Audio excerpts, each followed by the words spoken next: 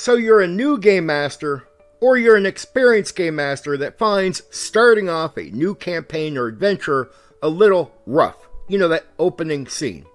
And maybe you, the experienced game master, has a rough time sometimes with moving from one scene to another. Like there's an awkwardness to it because you need to force something, right? So many assumptions have to be made, players have to ignore what could have happened, and then play into what's going on in the new scene. I like to start a game where the players know exactly where their characters are standing, what the weather is like outside, what time of day is, etc. They know exactly where they are so they can choose what to do next. When it comes to the Game Master feeding information to players for that opening scene, it shouldn't be an overkill, it should not be information overload. What I suggest is that you have a written down opening pitch for the game, so it explains sort of that poetic side of whatever's going on, some backstory, and then even details out where they start.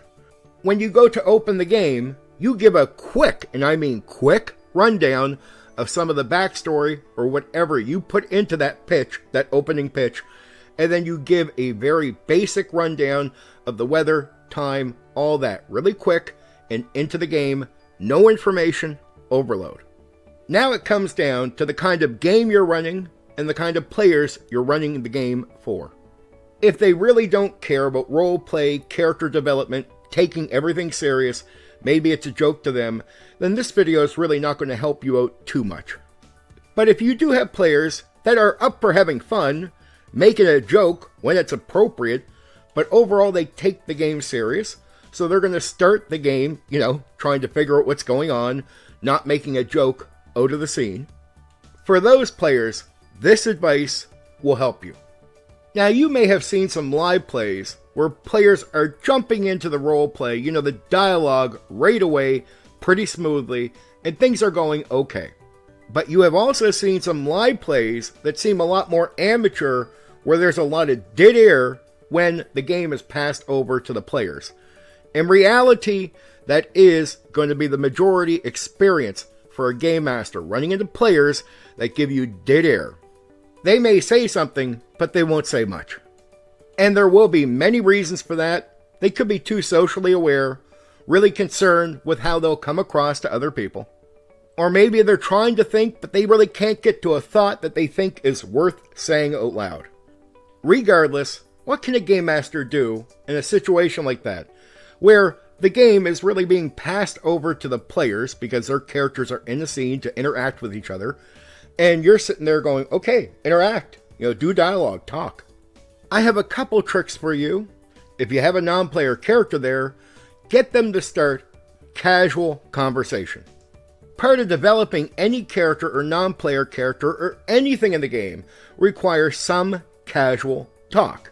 Talk that might not be towards, completing the adventure, just saying who the person is or what they think to communicate a bit more about who they are. But casual dialogue can be used for more than just that in a game. Starting a conversation, even if you're only talking in a casual way, does what? It gets the motor running. It gets the mind moving forward and thinking. And it gets people just talking. When you start talking and you start thinking, suddenly you'll get to where you need to. You just need to warm up. So if you really want to have important dialogue, sometimes you need a very casual starting point to get to where you want in dialogue. The other trick that I do is keep a little bit of a cheat sheet on group information. And what I'll do is sometimes remind the group of information that they know to get them to think in a scene where they might not be saying much. So maybe it brings one of the characters in to say something. Like I'm reminding them of information they all know. So I'm not giving them a secret. I'm just doing it from the outside. Hey guys, remember you know this about this area. Because you're not always going to have a non-player character in there to start the conversation. That opening dialogue is going to be important for any game that you start. And creating dialogue where players and character get used to each other, especially really early in your adventure, means they'll communicate better going forward and they'll work better together. It creates better teamwork when people are more comfortable with talking to each other in character. As a game master, scenes can vary. Some will be a little shorter than others, but we never try to rush through any scene. You want your players to be able to have a little bit of time to really take in what's going on.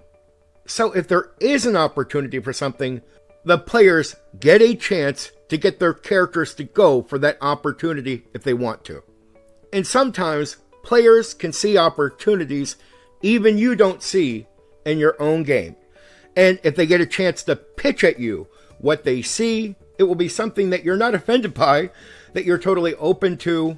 So don't rush through a scene and miss an opportunity like that.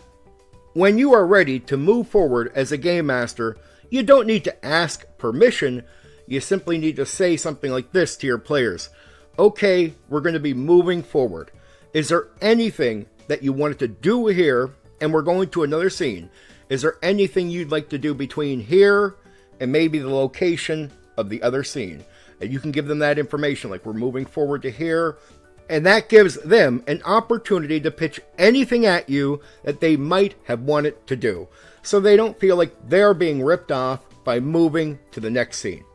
And there could be a few things that they want to do that you'll have to actually interact with. Maybe you'll have to jump to that scene before you jump to the scene that you want to, but either way, it's not hard to sort it out, and players get what they want, and that leaves them happy to move forward with you. So there is a smooth way to start the game, and a way that you can smoothly move from one scene to another without that awkward, rushed, experience where players, in some cases, even if they're quiet about it, will feel like they've been ripped off of an opportunity. And you don't want that. Anyway, for now, take care.